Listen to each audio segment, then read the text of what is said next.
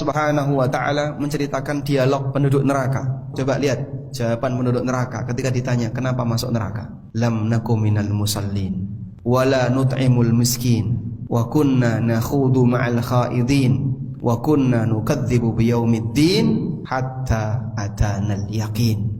Dulu kami enggak salat, kami tidak memberi makan orang miskin, kami dulu hidupnya isinya hanya bergurau bersama dengan orang yang hidup berlimpah dunia, dan kami mendustakan hari pembalasan, mendustakan akhirat, enggak percaya akan adanya akhirat. Hatta atanal yakin, dan kami dalam kondisi seperti ini sampai datang kepada kami al-yakin, kematian. Sehingga 4 alasan ini sebab orang masuk neraka. Saya mau tanya, ada enggak dari 4 alasan ini yang bentuknya dulu setelah saya mati saya tidak ditahlili? Ada enggak?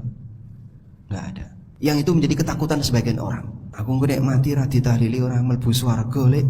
Padahal dalam Al-Quran tidak ada yang seperti itu. Karena ada sebagian orang yang punya keyakinan, mohon maaf ya, ini keyakinan yang berbahaya. Ratau sholat, ratau poso, tapi yakin mlebu swarga.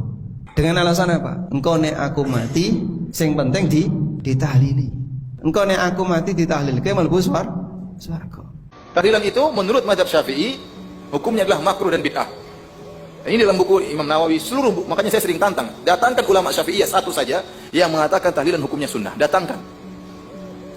Tidak ada. Nanti akan dapati seluruh ulama Syafi'iyah dalam buku-buku fikih mereka mengatakan tahlilan itu hukumnya apa? Bid'ah dan apa? Makruh. Sampai perkataan dari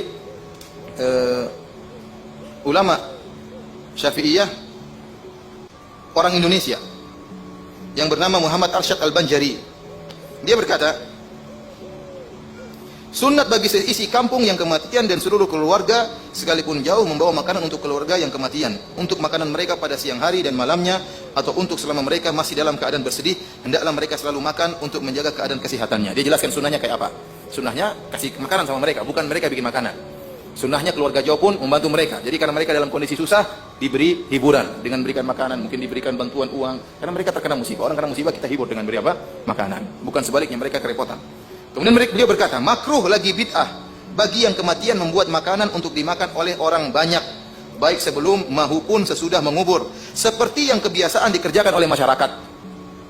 Ini ulama Syafi'i ini, orang Indonesia. Dia bilang, mengatakan seperti kebiasaan yang dilakukan oleh apa? Masyarakat. Jadi maksud saya, ya, perkara ini perkara yang ma'ruf, ya, dalam mazhab Syafi'iyah bahwasanya membuat acara makan-makan setelah kematian hukumnya apa? Bid'ah.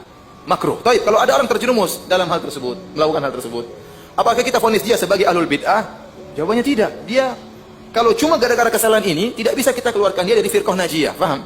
Karena ini bukan masalah akidah, bukan masalah usuluddin, bukan masalah kaidah kuliah. Tapi dia salah dalam satu perkara fikih misalnya.